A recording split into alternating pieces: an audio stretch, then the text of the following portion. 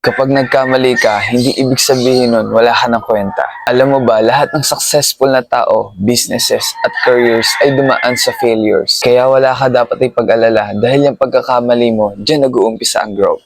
Yo, you're listening to Romeo. Kapag usapang pagkakamali, naisip mo agad ang negative kaya hindi mo nakikita ang positive side nito. Kaya madalas kapag may nagawang mali, hindi na lang inaamin at isinisisi na lang sa iba. Kailangan mo maintindihan na ang pagkakamali ay hindi talaga may iwasan. At yan ang dapat mong tandaan. Huwag kang magpaka-stress dahil hindi pa katapusan ng mundo. Nagkamali ka lang. Dapat magpasalamat ka pa kapag napagdaanan mo ang hirap. Dahil dyan masusubok ang iyong kakayahan. Ito ay oportunidad para maipakita mo sa sarili mo na ikaw ay umuunlad at kaya mong magbago. Dyan mo rin makikita kung sino yung mga taong handang samahan at tulungan ka para itama at alalayan sa mga desisyon mo. Huwag kang matakot magkamali. Nagkakamali ka dahil may tapang ka na sumubok. At kung hindi ka pa nagkakamali, ibig sabihin lang yan wala ka pang nasisimulan. Kaya gamitin mo ang pagkakamali bilang lakas para magpatuloy at para mapaunlad pa ang sarili. Magkamali, matuto at bumangon. Hindi ka dapat panghinaan ng loob dahil lang sa pagkakamali. Mas importante pa rin ang pangarap kaya magpatuloy ka